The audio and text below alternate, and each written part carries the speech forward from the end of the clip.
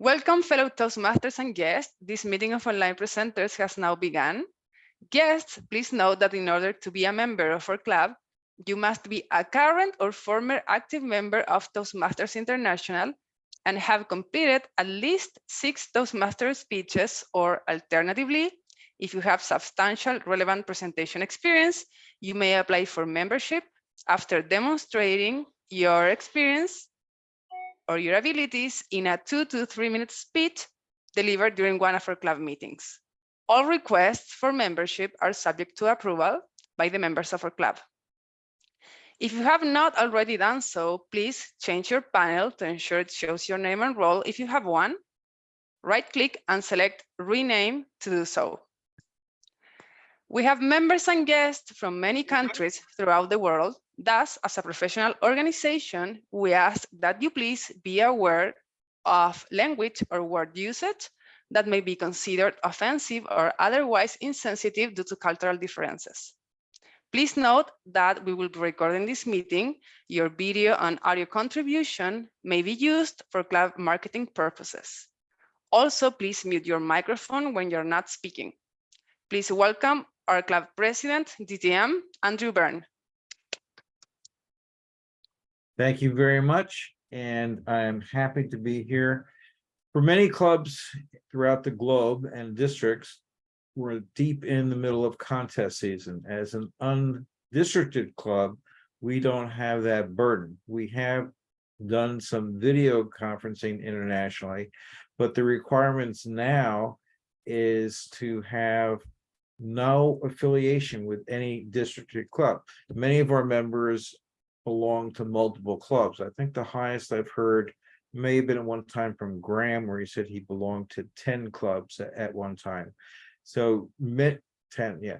So many people belong to many clubs, and we are excited because we have something unique to share with each of you. We have a diversity that you don't have in regular clubs. We have people from 25 countries, lots of different cultures, lots of different perspectives. And we are excited about all that we bring to each other.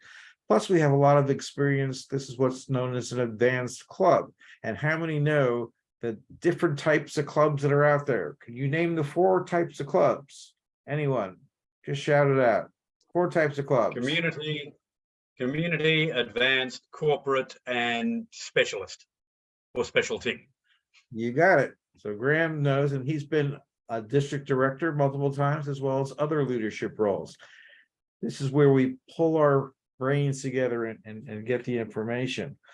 So one of the things that we do at this club is what Toastmasters does altogether is Toastmasters in their writing says that you learn as an experiential learning process. That means that you learn from each other. There's no one guru, there's no one professor, there's no one book. So each of you will be doing that.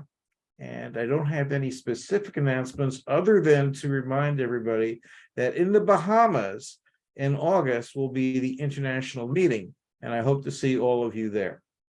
Back to you, Toastmaster Carolina, and then you can introduce the Toastmaster of the day.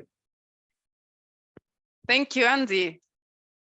Now it's time for the meeting, and we have an excellent Toastmaster of the day. Welcome, Johnny Renee Laidlaw.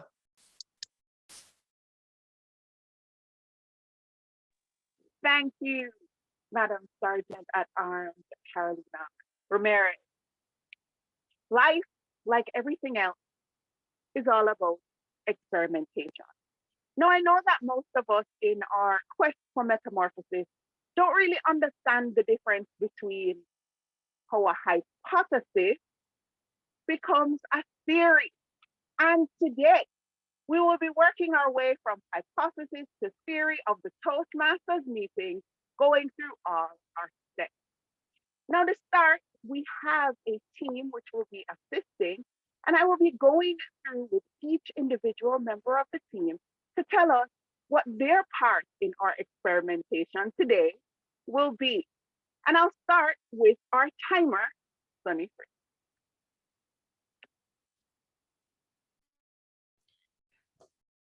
Hello, fellow Toastmasters. Madam Toastmaster of the Day, As timer, I will time the table topic speakers. I will time the prepared speakers and the speech evaluators. And when it is the minimum time, I will show the green card. When the time reaches the midpoint, I will show the yellow card. And when the time reaches the final minute, say in a 5 to 7 speech, at 7, I'll show the red card. It will remain until the speaker finishes. For table topics, at 1 minute, I will show the green. At 1:30, I will show the yellow. And at 2 minutes, I will show the red, and it shall remain on until the speaker finishes. And for the speech evaluations, at 2 minutes, I will show the green, 2 minutes and 30 seconds, the yellow. And at 3 minutes, I will show the red. It will remain until the evaluator finishes speaking. And when it is time for my report in general evaluation, that's when I will give it back to you. Thank you, Madam Timer, always up for experimentation and doing an excellent job in keeping us on track on time today in our meeting. The next role that will be introduced is our counter.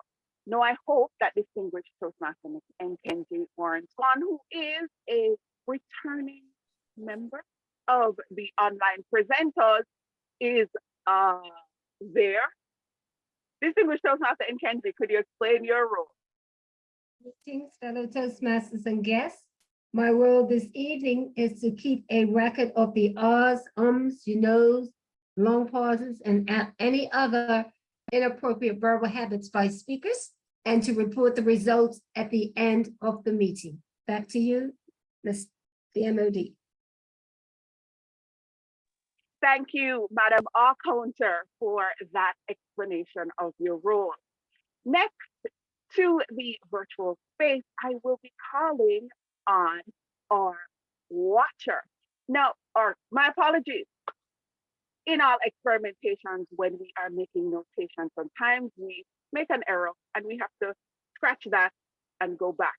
So we are back to our grammarian, and our grammarian today is distinguished Toastmaster Corinne Stewartson, and please explain your role.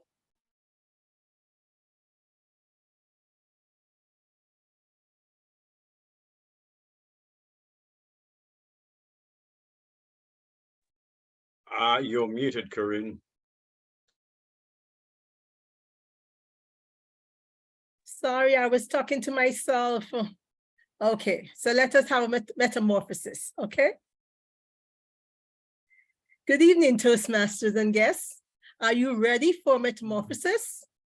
As the grammarian for the meeting, my role is to help us all enhance our communication skills by paying attention to the details of our language. I'll be listening, paying particular attention to our use of grammar, pronunciation, literary devices, and word choices. My feedback will be provided during the evaluation section of the meeting. Just like a caterpillar undergoes a metamorphosis to become a beautiful butterfly, we can transform our speech and become more eloquent and effective communicators. To commence the experiment, the word of the day is metamorphosis, and that's a noun, which is any complete change in appearance, character, or circumstances. And if you look at my background, it will give you that information. Let's include metamorphosis and its derivatives in our speeches as we spread our wings and embrace the power of words to change and inspire others. Back to you, Joni.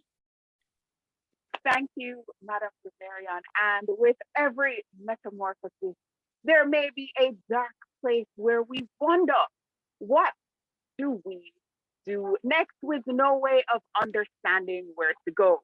Well, we have a watcher who will be assisting us today and pulling double duty.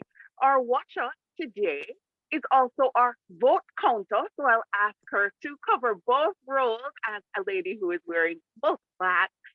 Toastmaster Carolina Ramirez, can you describe both your hats as a Toastmaster for me today? Sure, Johnny. As a watcher, I'll be watching and pay attention to our virtual space, body language, backgrounds, framing, video quality. And as a vote counter, I will be counting your votes for your favorite speaker, table topics speaker, and evaluator. I will put a link on the chat, and you click on this link and you vote for your favorite. And at the end of the meeting, I will give you my report about my role as a watcher and about the winners for this meeting. Back to you, Joni. Thank you for so aptly explaining your part in our experimentation. Now, for all experiments, it needs to be peer reviewed.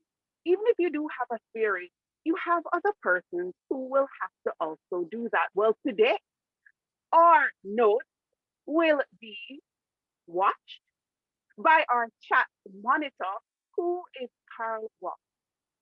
Distinguished Toastmaster Carl, could you explain your role? Certainly. It's in the name. I am the chat monitor. I will be monitoring the chat, and I'm looking for some lively and interesting chat, but not while people are speaking. So just keep that in mind, all right? Okay, back to you. Thank you for so aptly explaining your role. Now to the second part of our meeting, which is our prepared speeches. Our first speaker, Tricia Smith, said, "Humor me," when I asked what the speech title was. So I'm not sure if she was asking me to humor her or if that was the speech title, but I will go with that being her speech title. So Toastmaster Tricia Smith, humor me. Humor me, Toastmaster Tricia Smith. Good evening, fellow Toastmasters friends and guests. Can I be heard? Can you hear me? I'm going to check my volume. Great. Thank you so much, because you get to listen to me for at least 18 to 22 minutes. Yay, you. And I'll try to make you smile. All right. This is my final speech for the Engaging Humor Path, Level 5. My topic is engaging your audience with humor, and my title is Humor Me, Please. Let's start with a couple of jokes to get the tone set. Why is everyone so tired on April 1st? Because they just finished a 31-day march.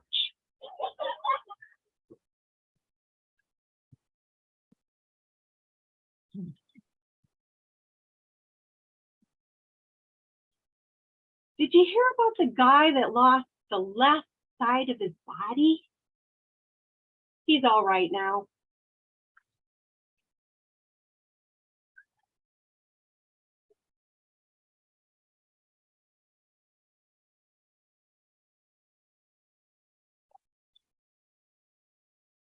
Number 3, the cartoonist was found unconscious in his home. Details are sketchy.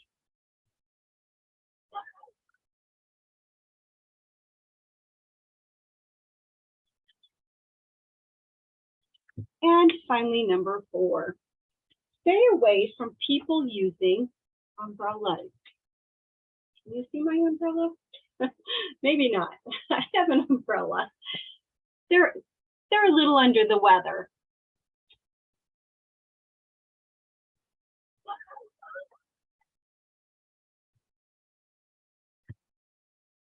Laughter does good like a medicine. Humor is good. It makes people laugh and feel good. Do you agree? Everybody's smiling, right? Tonight, I'm going to talk about the benefits of humor, the types and examples of humor, humor in relation to medicine. And I'll tell you why I did that when we get to that topic. I'm going to talk about humor as a skill. Do you know you can learn to be funny, how to be funny, and funny things to say? Can you think of any benefits of humor? Does it make you feel good? Humor helps you to communicate. It helps you to connect with others. It gives you confidence. It can avoid conflict. It helps you to be a good listener, builds leadership skills, and helps you to have trust.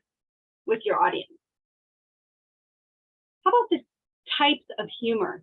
There are 9 common types of humor. Let's see how many you recognize. Have you ever slipped and fallen? That's a type of humor. It's a physical type of humor. To me, that's not funny. I might do something like slap someone if they laugh at me. How about self-humor? Do you ever laugh at yourself? Or surreal, illogical, wordplay, like the president, pardon the turkey on Thanksgiving, or observational, the most common type, every day. What do you see in your everyday life? Topical, current events, bodily, not my favorite, burps, bodily sounds, belches, and others you can imagine. How about impulsive? Impulsive is someone for professionals. They can do humor on the spot, not me. And dark humor. Again, not my favorite. That could be vulgar, bad taste. Can you recognize any of those types? Now, moving on, I got to slow my pace so I don't take up all my time. So the next topic is about humor in relation to medicine. Why did I choose to talk about that? I know one person in particular here, other than me, that works in the medical field. Anybody else?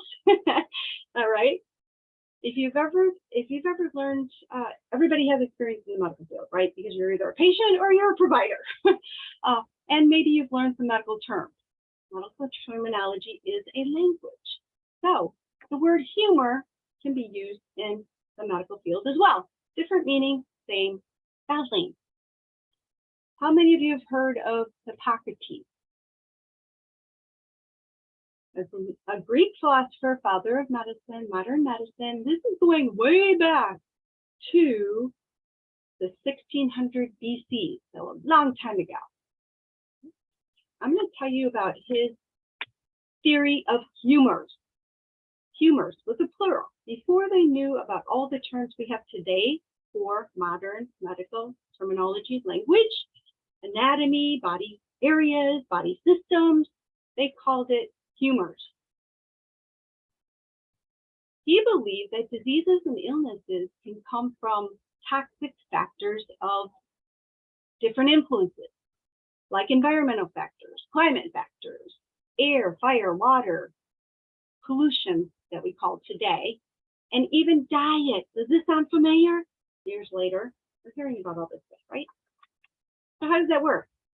Basically, he believed that the 4 essential factors like fire, environment, water, and air, there could be others, all had influences on the health status of a person or human.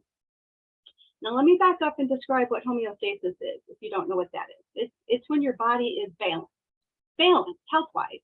No disease, no illness, no inflammation. Balance, that's what we want. Equal, not acidic, just right in the middle where you belong. Well, if you have any of those factors that are influencing your abilities, your function, that goes back to Hippocrates, what he believed. Things like the environment, the climate, the weather, the region, the phases of life that you're going through, even your work occupation could be threatening to your health. That's true, right? It's true. So he really had something going on there. That's why he's called the father of modern medicine. They still believe in those things. And he believed that foods, warm foods, hot foods, cold foods, affected the body health. Things like hot foods could produce organ secretions like yellow bile. Just imagine. Or cold foods like phlegm. And with nature, seasons, periods of life and phases, occupation, etc. If we talk about the climate, heat can cause digestive problems or phlegm, or cold if you've been in cold climates and you're not used to it or you're not dressed for it. Lung issues, respiratory issues, eye problems, bowel issues, or even nosebleeds. Now that you just learned something, that wasn't so humorous. But remember, that's the theory of humor, just a contrast of funny. Well, let's get back to the funny. Here's some terms for you. Totally new. You're not going to find this necessarily in the medical terminology dictionary. if you can see where I'm pointing to, it's the middle of my upper lip.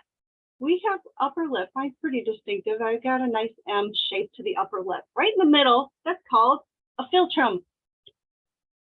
How about your big toe? Another name for your big toe, a hallux. Or the cartilage of the outer ear, the pinna. Or another word for throat, the rapple.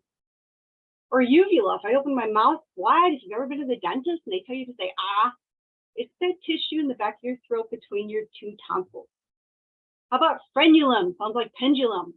It's the skin that's underneath our lip that attaches to our lower gum, and the skin on the upper lip that attaches to the upper gum, the upper jaw. Here's one you should know. How about funny bone? You know what that is, right? Have you ever hit your funny bone? Not so funny, is it? Or did you know the upper arm, the upper part of your arm is called the humerus? There you go. How much did you learn today? How about some funny ways to learn medical terms? Back to the cafeteria, bacteria. Rolling stones, bandages. Bandages. What do you do when CPR fails? Bury 'em. What does an 8-year-old want to be? Benign. What do psychologists talk about? Bolus. How about the tendency to make a mistake? Have you ever heard of botch? Botch something up? How about botulism? Letters that sound like vowels. Vowels. Or a tough guy, a ballet. Or, let's see how many of you are old enough to know this one. Paul's surname, Bunyan. Anybody know that one? Paul Bunyan? Moving on. Humor is a skill. I'm learning that skill. It's a people skill. So how can you be funny? Here's some things you can do to be funny.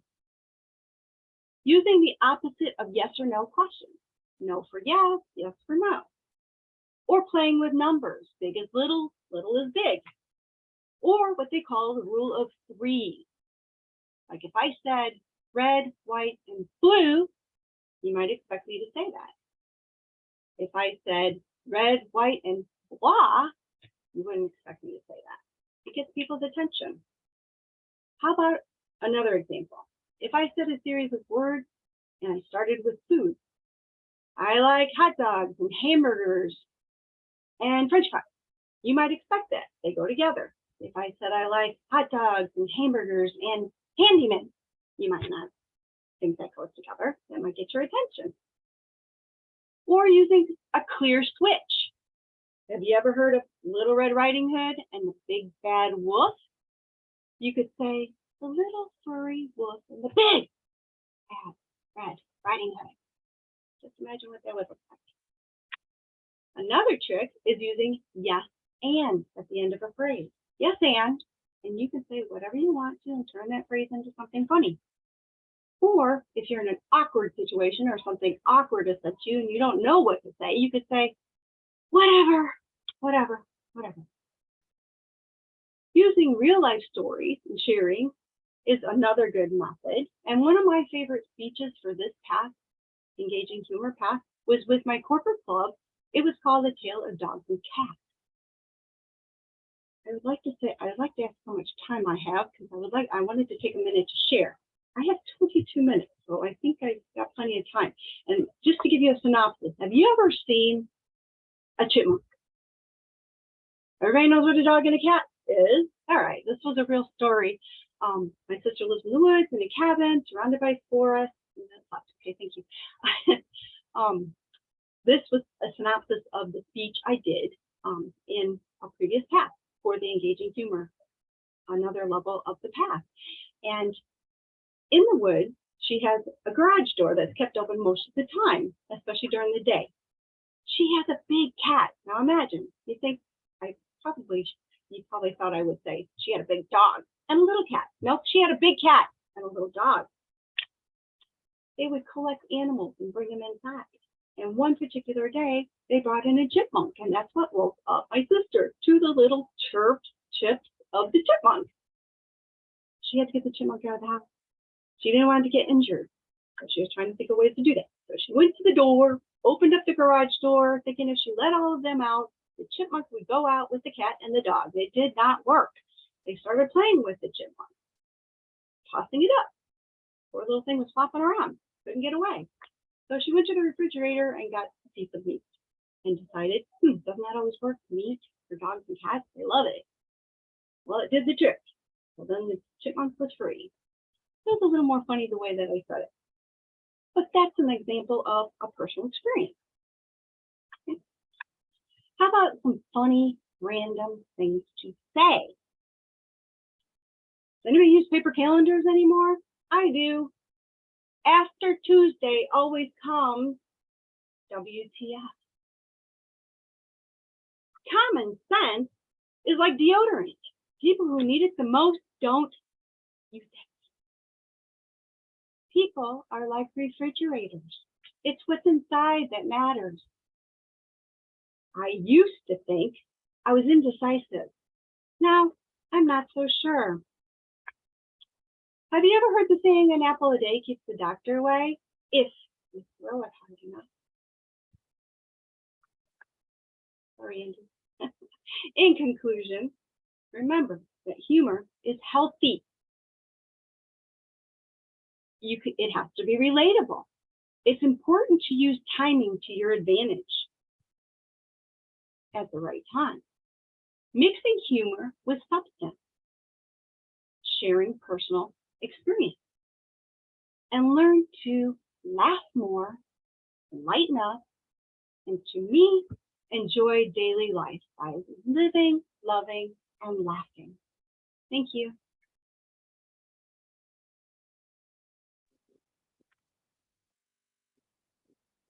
In the process of experimentation, sometimes we may forget to add some details. And I know the doctor in our midst and the person in the medical industry just stated same.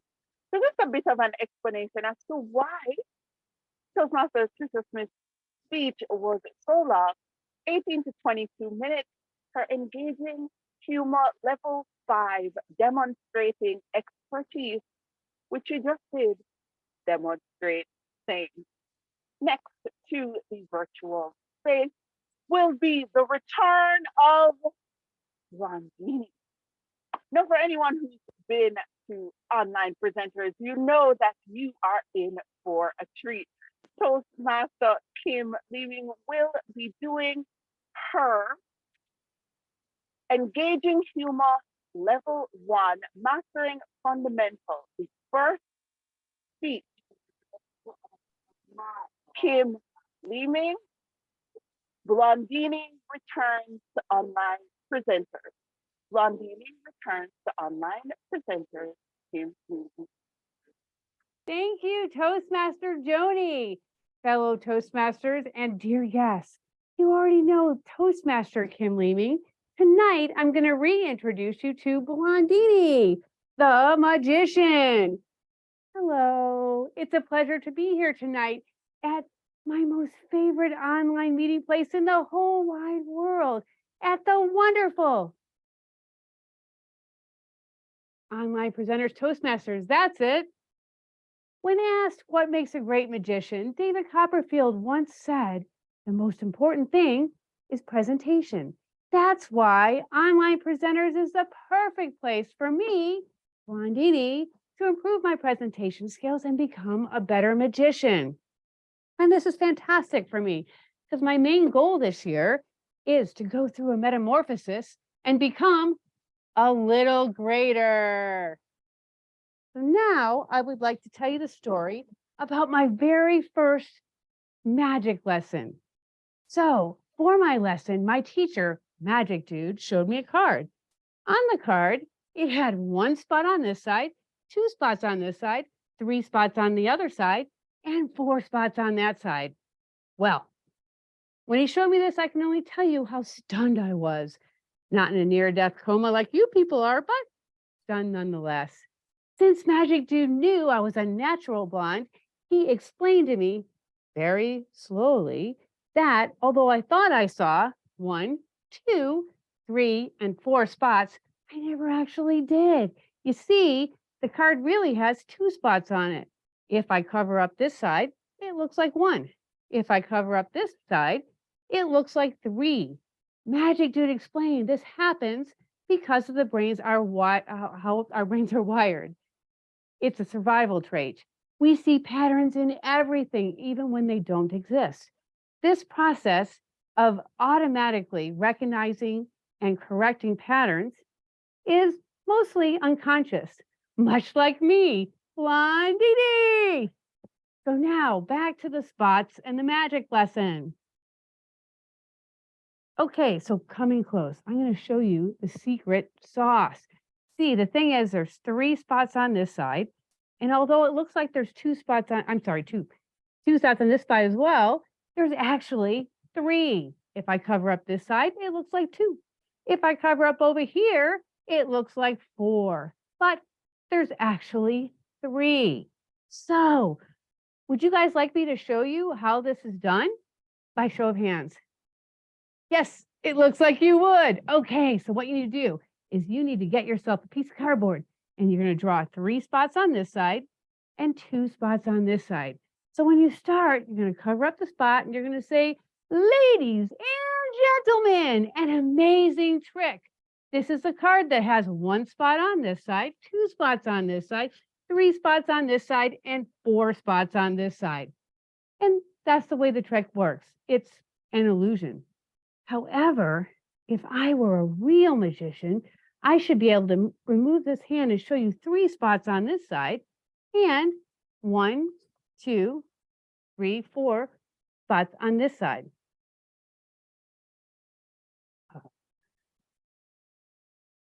And that was the end of my magic lesson.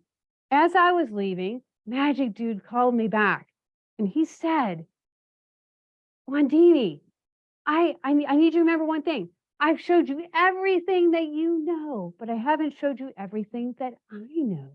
And that's when he turned the card around and showed 5 spots on this side and 6 spots on this side. And to this day, I have no idea how he did that because I'm Blondini.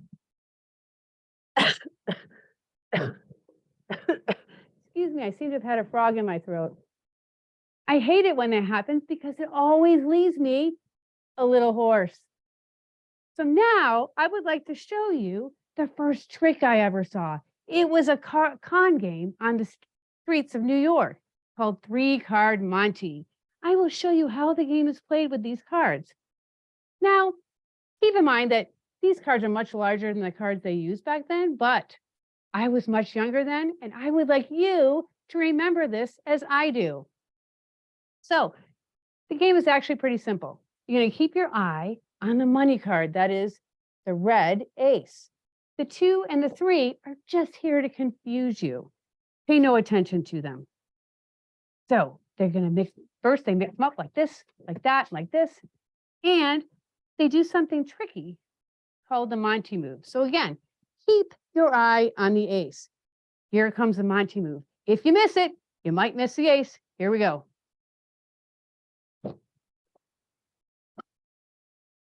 Did you see the Monte move? Did you see me put the ace over here? Actually, nope, that's the 2. Ace is over here. Okay, let's try this again. This time, I'll go slower. This way you can catch me. So watch the ace and the 2. Just kidding. So they mix them up like this, like that, like this. And then again, you're going to keep your eye on the money card, on the ace. Don't miss the Monte move. So what I'll do is I'll move the ace up a little bit so you can see it. Move it up a little bit more. Okay, keep your eye on the ace. So here we go. Okay, did you see me put the ace over here? Well, then you weren't watching close enough because, oh no, that is the ace. Here's the ace and the 2 and the 3. So I'm going to teach you what's going on with this game. You see, there's 3 cards, and you never know when the dealer is doing this, if he's taking away 1 or 2 cards. You never know how many cards he's putting on the bottom. He could be putting 1 or 2. You just don't know. So let's keep your eyes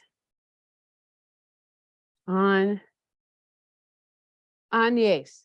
And to make things easier, I'm going to remove the 2. This way, Blondini thinks it'll give you like a 60-60 chance with 2-card Monte, maybe 750. I'm not sure. So let's take the 2 and play with only the ace and the 3. Okay, so I mix. Where's the ace? On the top? Good job. Mix. Where's the ace? On the top? Good job. So where's the ace now? Not here. That's the 2 and the 3. The ace is way over here. That is the 3-card Monte. Thank you very much. Back to you, Toastmaster Joni. And just like magic, Zoom made me disappear, but I am back in time to introduce our next speaker. Our next speaker is distinguished Toastmaster Andrew Burns, and hopefully I will be able to reappear somewhere else. When our brains get going and moving, our last speaker gave us a lot to think about, and I know distinguished Toastmaster Andrew Burns will do no less. In his 5 to 7 minute speech, he will be answering the question, do I need a mentor?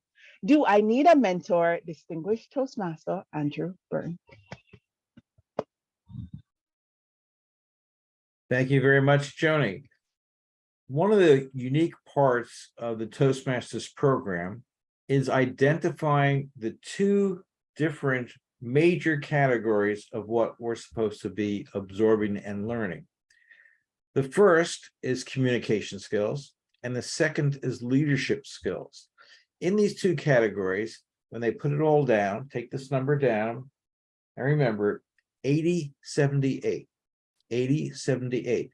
That number represents the competencies for all the paths in the program.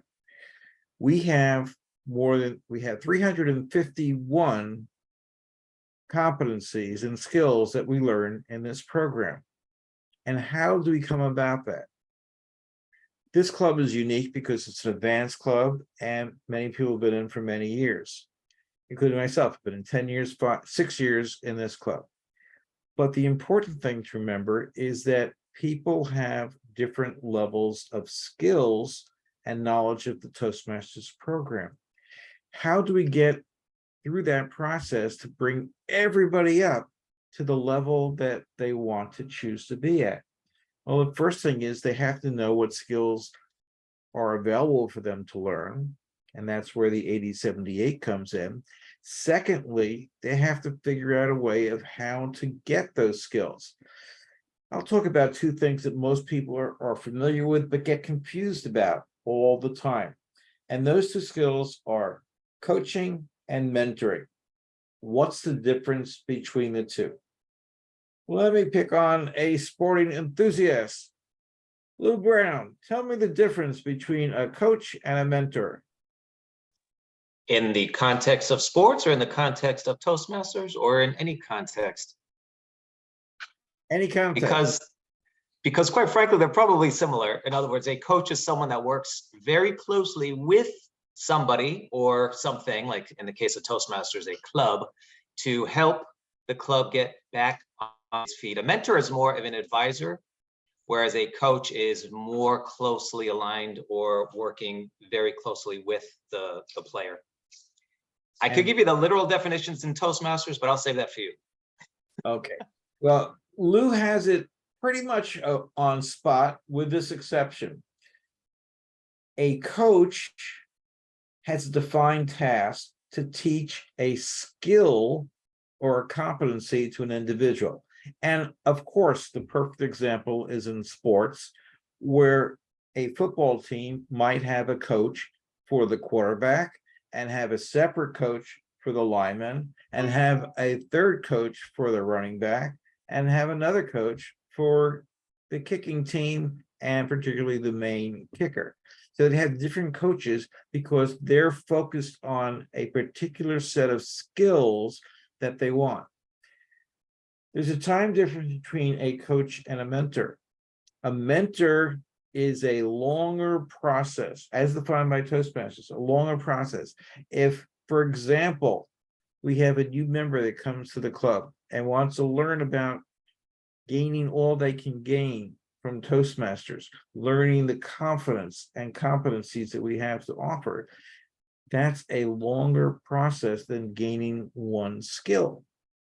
So that's the primary difference between the skills of a mentor and the skills of a coach. A coach lasts a shorter period of time. A mentor is defined by on purpose as being a longer period of time.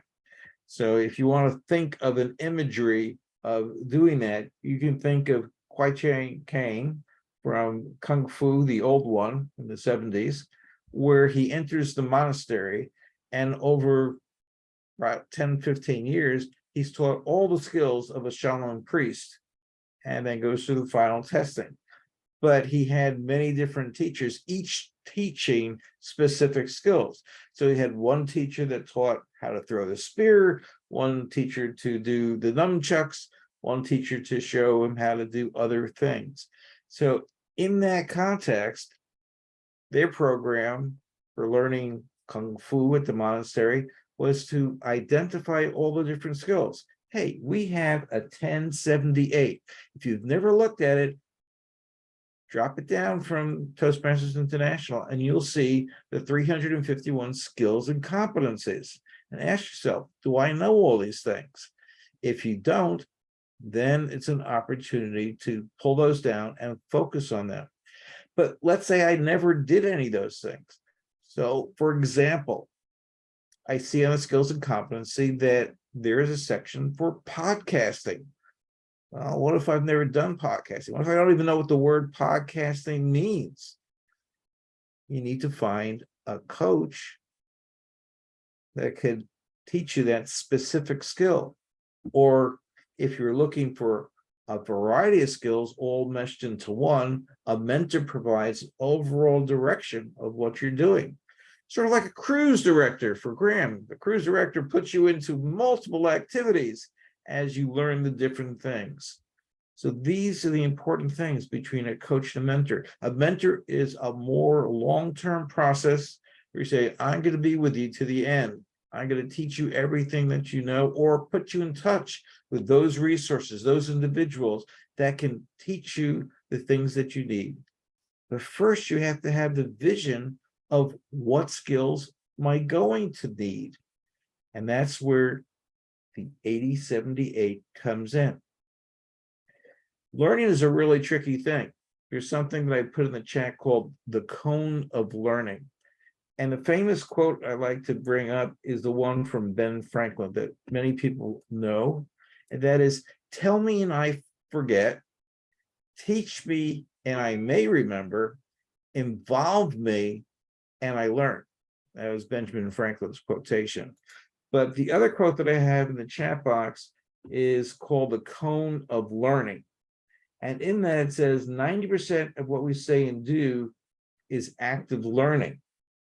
70% of what we say is also in the category of active learning. When you go into the category of passive learning, that's when you don't do so well. So you only remember 10% of what we read, 20% of what we hear, 30% of what we see. You have to look at all these things and figure out, how do I maximize providing learning to my mentee, or now called protege? Thank you very much. I need the Toastmaster of the day. Thank you, distinguished Toastmaster Andrew Bern, for walking us through whether or not we need a mentor. Know that our brains are processing with our prepared speeches. It's time for everyone's favorite part of our Johnny froze. For While her Journey is presentation and she's to back. lead us through this segment. She froze again, huh? Am I back? You're back. Today Yep. will show how in a tropical climate you can continue to breathe throughout the course of an entire meeting, even when you're in a sweater. I was going to ask Madam Timer to give us the timing prompts, but she put them in the chat, and I'm going to ask everyone to vote for your favorite prepared speech while I get ready to introduce distinguished Toastmaster Graham Cairns, who will be leading us through the impromptu segment of Table Topics. Thank you, Madam Toastmaster Toastmaster. Toastmaster Joni, I do want to say that Tricia Smith was under 18 minutes. Kim Learning was over 7 minutes. So that would mean that they were both disqualified, and Andrew Burns came within a second of being disqualified, but he made it. So I just wanted to make that clear. Woo-hoo! And by default on our best speaker. Thank you, Madam Timer. Now over to Table Topics, and I hope that we have the metamorphosis to remember time matters. Distinguished Toastmaster Graham, virtual space is yours. Thank you, Johnny. Thank you very much for that. Ladies and gentlemen, I believe that we're all Toastmasters here, so I'm not going to spend too much time on and saying how Table Topics works, except to remind you that our time for these is between 1 and 2 minutes. But given that we are running a bit short on time, I'd prefer you to aim for the orange light at 90 seconds rather than the red light at 2 minutes, if you could. I have topics for pretty much everybody who's not in a major role today, and I'm going to do something that we shouldn't do in Toastmasters and say who I'm giving the topic to, so that they can make sure that their microphone is turned on. And our first topic goes to Jerry. Jerry, the topic for you is, tell us about the biggest change in your life. The biggest change in your life, Jerry, for between 1 and 2 minutes. I think my wife would be really pleased if she heard me say it was the time I met her and I fell in love with her and I married her. That would be really nice. She would really like that. She's not in the room with me at the moment. But I think she'd really agree that it was when my son was born. I'd never seen a newborn baby before. And when I married my wife, she was really a very competent professional, and she still is. And she could take care of herself. But something strange happens to you when you see something that cannot take care of itself at all and is completely dependent on you. And some part of you sort of leaves you and goes and fuses itself with that person. Some kind of altered consciousness happened to me that day. My wife remembers me screaming, "He's alive, he's alive," as though we didn't know that. But it's never left me that fatherhood changed me completely. I became a wreck for a lot of things, and I became very, very good at other things. And I think that was just a little bit because some portion of my soul had left me, and I was the richer for it. I had undergone a metamorphosis. Thank you, Jerry. Thank you very much for that. And as a father, I have to say, I know exactly where that's coming from. Thank you. Our second table topic is going to Carolina. Carolina, for between 1 and 2 minutes, can you tell us why small changes are better than big ones? Why small changes are better than big ones, Carolina? Thank you, Graham, for your question. I think that small changes are better than big ones because it's easier to do small changes. That is the main reason. It's easier. You can do many small changes, maybe one every day, maybe one every week, but one big change at once is very difficult because there's a big probability that you will come back to your old behavior or your old habit or maybe the people around you, you want some changes from others. And if you are asking too much at one time, everything at one time, it's going to be more difficult. If you want to look a change inside you, or you want someone to do something different, it's better to do a small progress every day, or having a small talks about what you want to see in the other person, or maybe a small talks with you about the one you want to see different, and maybe make a plan in order how you're going to get there with baby steps. I think it's easier, and that's the main reason. Back to you, Graham. Thank you, Carolina, for that. Carl, you're going to be next. We talk about metamorphosis, and we talk about caterpillars turning into butterflies, and, you know, pretty little butterflies. But of course, some caterpillars turn into moths. Are you a butterfly or are you a moth, Carl? I'm a raging war moth. Not true, not true. But it is true that sometimes a prince turns into a toad, right? I have one living about 2 hours drive north of me here, who proves the point. So yeah, metamorphosis isn't always good. Change, because it is difficult, if it's not planned properly, if it's not programmed properly, can be a disaster. We all know that. And sometimes it can come out of the ether and be one of the most life-changing things that you'll ever imagine. I think Jerry put it better than I've ever heard it. That was exactly how that works. If you're the right kind of person and you're ready for it. On the other hand, we see terrible results too that happen. So careful with change. Careful where you're taking it. See if you've got a destination in mind and stick to it. Back to you, Greg. Thank you, Carl. Thank you for that. Kenji, you're next. And I want to ask you, is there a metamorphosis that you've undergone that you wish you could reverse? So a metamorphosis that you wish you could reverse, Kenji. Thank you, Mr. Table Topics Master. Yes, there is one. I went through the metamorphosis of being an educator, and as years went on and I dealt with issues in my home, I wish I had become a plumber instead, because that plumber comes into my house and does things that I wish I could do for a fraction of the cost of what he charges me. I have gathered great respect for tradesmen. And if I had to go through a metamorphosis, believe you me, I would become a plumber, because I know I'll be able to visit all of you and make you happy in not such pleasant moments, but I would be elated that I will have gone through that metamorphosis so that I could better serve you.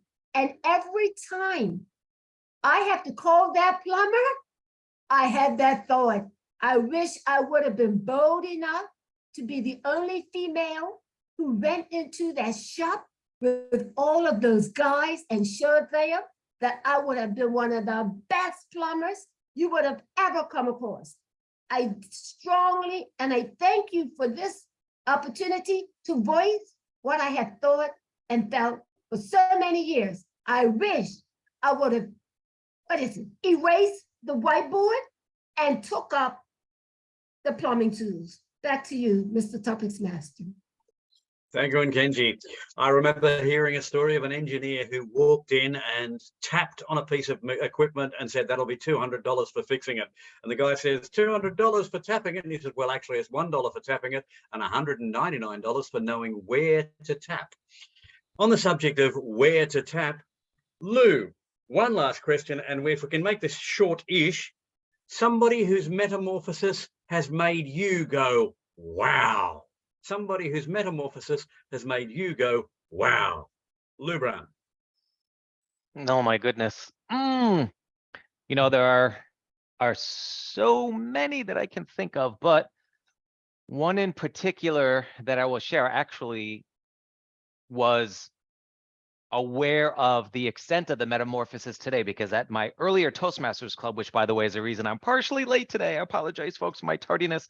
I was coming here from my prior Toastmasters club where my mentee, my protege, was giving her level 2 speech, and I have seen the most significant changes in her development just from level 1 to level 2. Was really amazing, man. I see this a lot with different people, but you know, it still just leaves you feeling so good when it's your own mentee, and just to see it happen over and over again is really just a huge testament to the program.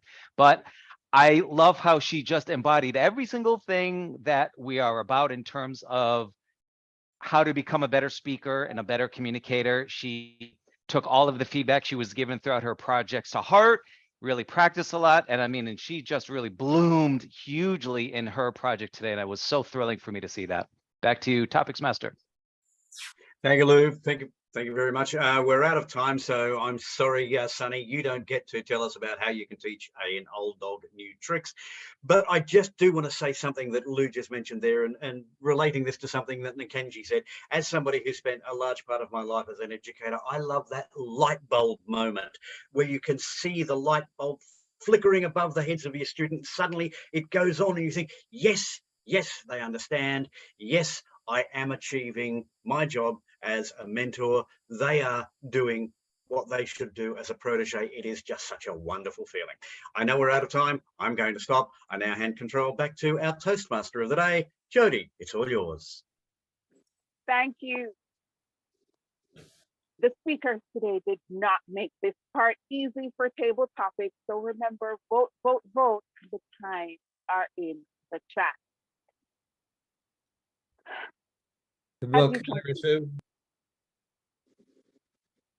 As you can see, sometimes when we're experimenting, it blows up in our face. But it's not half the fun, unless it's toxic, of learning, doing, and going through the metamorphosis. But a good thing about when things like those happen is you get the chance for evaluation and feedback. That will be led by our general evaluator today. I'm not sure if you've met him before, bit of a Superman around here of sorts. Jim Barber, to take us through that stage. Thank you, Madam Toastmaster. My fellow Toastmasters, our most welcome guest this evening. We're running short of time, so I'm going to move this along. But before we do that, we have a problem. Our third evaluator, Mike Woodall, was here before, and he vanished somewhere along the line. So what I'm going to do when we get to our third evaluation is I'm going to ask several members on a volunteer basis if they would give 15 to 20-second insights on Andy's presentation, and we'll do a club evaluation that way instead. I'll give you a little bit of notice so you can think about what you want to say. Our first evaluator, our first speaker was Tricia Smith, and we are privileged to have evaluating Tricia's presentation, Andre Smolinko. Take it away, Andre. Thank you very much, Jim. My fellow members, and most importantly, Tricia, congratulations with your amazing accomplishment to the level 5 engaging humor path. I've seen you speaking before, and in my mind, and you have gone through metamorphosis. You started with a long time ago, being a shy caterpillar, and now you turn into amazing, beautiful, confident, and engaging butterfly. Congratulations with your achievements. That I really enjoy watching you doing that through.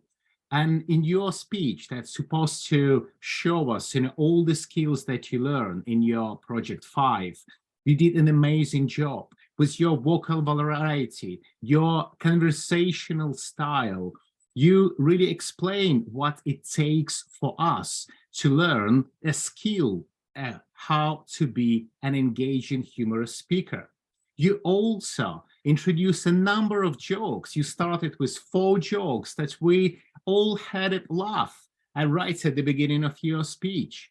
Then you really told a personal story halfway throughout speech as well. You use a different engaging techniques. And it's something that I really, really enjoy about your speech is just how you ask the audience a question. You know, you tell a little story and then you ask us, isn't it right? Are you with me? So you slowly testing the audience. And are we there? Yes, we are, of course. There are a few things as an accomplished speaker, of course, you know about your strong points and you just really enjoy doing what you do and you shine throughout as well. The few things that I would like to mention that perhaps for the next time you could pay a little bit more attention to is thing number 1. I would like you to start with your personal story and the story, what you were feeling before you started the path, how you come across to yourself, to the audience, and how you feel now, the results. So what was before and what happened now? That would give us a better understanding of your journey, what it took. Point number 2, because it's online presentation, I would like to see a few key slides. Perhaps not many, maybe 5 or 4, but at least if those few keys. You did use the prompts though, umbrella and an apple, well done. At the same time, maybe those things. So overall, with the really powerful, strong message, enjoy your life, living and laughing. And indeed, I can say that laughter is a really good medicine. Congratulations, Tricia. Back to you, Jim Barber, General Evaluator. Thank you, Andre. Appreciate that. Our second speaker was the great Blondini, and evaluating Blondini is Evie Hartman. Evie, take it away. All right, everybody. Ladies and gentlemen, boys and girls, fellow Toastmasters and distinguished guests, today I have the honor of evaluating a speech by the very person who inducted me into this club in the first place. And oh, what a speech it was. Oh my gosh, it was so much fun. And in honor of the great Blondini, I will be using the blonde method to evaluate this speech. B, the Blondini herself. L, the laughter and the nitpicks I may have, and D, the dynamo that is the great Blondini. That's B, L, and D, because that's how you spell blonde, right? Yeah. First, number B, Blondini. Oh my God, you set the scene so well. Your costume, it was adorable. Your top hat, oh my gosh. The poster on the wall, the lovingly made Blondini sign you put on your furniture. You metamorphosed your whole entire speaking space. Hold on a second. That's something I just love to see. And especially in a digital format, that really takes some elbow grease and some work. And your vocal performance and hand gestures really help to sell it. And now the laughter section. It was nonstop goofiness, which is exactly what we're here for in a humorous speech. Pretending to forget the name of the club, the word of the day on the word balloon. I need to do that just for myself. The little grater. I love too that you actually managed to surprise us so much that I gave it its own section almost. You showed us the trick and you explained how you did the metamorphosis of the 1, 2, 3, and 4. And then right when you'd finished, bam, 5 and 6. That's just amazing.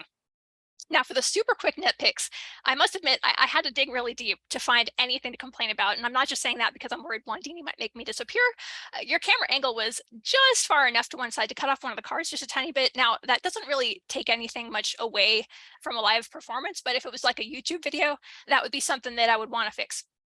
I also think that you totally could have leaned into the slow speaking because you're funny enough to have stretched that out a little bit and to have actually done that at length. I really think you could have made that a thing. And I challenge you to do something like that maybe next time in your next humorous speech. Finally, dynamo. Oh my goodness. It takes a delightful someone who is really committed to a good show to do something where you dress up and be silly. Not everyone can really let go and do that. You were so powerful and fun, and your confidence and energy were just contagious. And I was so engaged and entertained. It was hard to take notes, but I did my best. So here's to our magical, hilarious speaker. May you continue to enchant us with your wit and charm. Thank you. Yowza, yowza, yowza. Thank you, Evie. And now we'll do our club evaluation of Andy Byrne's presentation. Madam Timer, would you please keep us on track by giving us an alert on 2 to 3 minutes? And let's keep your comments as short as you possibly can, please. And Graham indicated he has something he wants to pass on to Andy. Graham. I enjoyed Andy's presentation, and I've just seen this delivered a number of times. One thing that Andy did do is he kept referring to the 8078 from Toastmasters, but he never actually explained what it is. I've put a copy of that PDF into our chat. If Andrew had done that, it would have made much more sense to us all that he's talking about a PDF file from Toastmasters which outlines all of the objectives and competencies. He talked about it, but didn't actually tell us what it was. Great. Thank you, Graham. Who else? Who's got something for Andy? Toastmasters that don't have anything to say? Come on. Let me weigh in. Go for it, Corinne. Thank you. Okay. I like the fact that Andy asked the audience to participate by he asked for volunteers to explain the difference between coaching and mentoring. And as he said, many persons mix them up. So I appreciated the fact that he brought his audience into his speech by asking for our participation. Good point. Thank you, Corinne. Carolina, did you have something?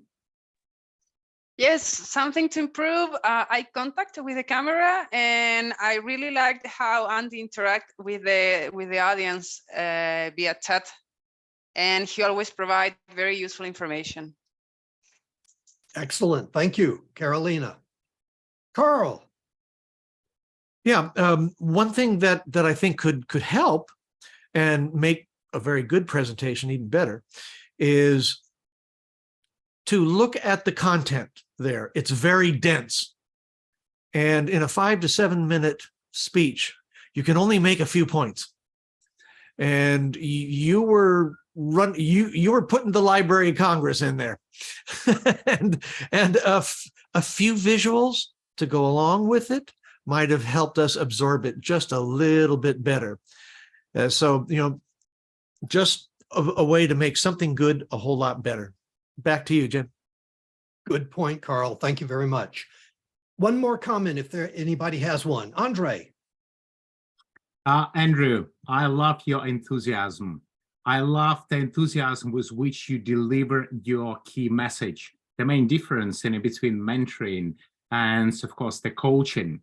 At the same time, I like the way you slowly but surely, piece by piece, you deliver it. It's stuck in my hands. I can't get it out of it. Now I know the difference. And really powerful. Really enjoyed it. Thank you. Good. Thank you, Andre. Appreciate it. All right. We're going to have to call it quits now. Madam Timer, of our first 2 evaluators, did they both qualify? They did. All right. Would you please cast your votes and pass them to our vote counter, who is Carolina, as to who your preferred evaluator, Andre or Evie, were our 2 evaluators that are primed for voting. And while you are doing that, I'm going to move to our reports sequence. We are running close on time here, so I'm going to ask you to please keep your reports as brief as possible, starting with our counter this evening in Kenji. In Kenji, how did we do? Mr. GE, I'm happy to report that we had 6 uses of and used as a transition. I suggest pausing so that we're not using ands as those transitions. We had 2 uses of well. We had 12 uses of but, 30 uses of so. Let's eliminate so, eradicate it. We had 1 use of 5 uses of okay, 7 uses of 3 uses of well done in that area. 1 repeat word, I need. I noticed now is creeping in a number of clubs I attend. There were 9 uses of now as a transition. 4 uses of all right, let's avoid that whenever possible. We had 3 uses of right. I will give the breakdown in the chat. That is my report. Back to you. That is a great report. Thank you, Nikinji. All right. Chat monitor, Carl, how did we do? You're muted. Yes, first of all, our timer did an excellent job of getting everything into the chat in a timely way. Very well done there. The only criticism that I would have on today's chats is that Andrew did put in several very dense graphics with lots of text in it, and while someone was speaking, and it would have taken several minutes to actually read them and go through them, and we would have missed a significant part of what that person was saying. Back to you, Jim. Thank you, Carl. And I would remind everybody, if you didn't get a chance to read Andy's chats that he put in there, you can save chat and go back and read it later on. So please do that when you have the opportunity. Carolina, you were our watcher this evening. What did you see? I have a couple of things. Tricia, be careful with your virtual background if you want to show us some elements, because we couldn't see your umbrella. And Kim, very good use of the space. And I really enjoy your tricks. Very clear in front of the camera, all the elements you used during your speech. Back to you, Jim. Thank you, Carolina. And Corinne, our grammarian this evening. How did we do grammar-wise? I enjoyed the meeting. Let me ask, since I'm a guest, was there any metamorphosis? Did you notice any metamorphosis with the speakers or the speeches? No one is answering? I see you nodding off the head. Okay, all right. So that was for you to help me to make the analysis. I thought the use of the word of the day was excellent. I stopped counting because we reached about 20, and I noticed that our table topics master, Graham, he made sure that it was in every question, and there were numerous uses. We also had uses in the chat. We had the derivative by our chat monitor, Carl, metamorphosed. So we had many uses of the word, so that was excellent. And I am glad that person did embrace the word and use it during their speeches. We also had very lovely language. We had quotes, the one Benjamin Franklin by Andy. We had puns, we had wordplay, we had alliteration, we had rhetorical questions, we had metaphors. So overall, I think the use of language and grammar and literary devices was amazing, and I applaud everyone for that contribution. Thank you, Corinne. Back to you, GE. Thank you. Thank you, Corinne. All right, my evaluation of the meeting. We demonstrated tonight why we are perhaps the greatest online club in Toastmasters, and we just simply demonstrated that. Let's keep on doing what we are doing. I do have one suggestion. If you could please try to be here by 7:30, it will reduce the heart failure caused of our Toastmaster in trying to fill roles at the last minute. If we get people coming in at 7:30, it's a little bit easier to set up the meeting. But this was a terrific meeting, and the only thing that I have left to do is to ask our vote counter, our dual worker, Carolina, what the results of the votes were. Speakers, be careful with your time management. Our winner for prepared speeches is Andy Bern. The best table topic speaker is Jerry.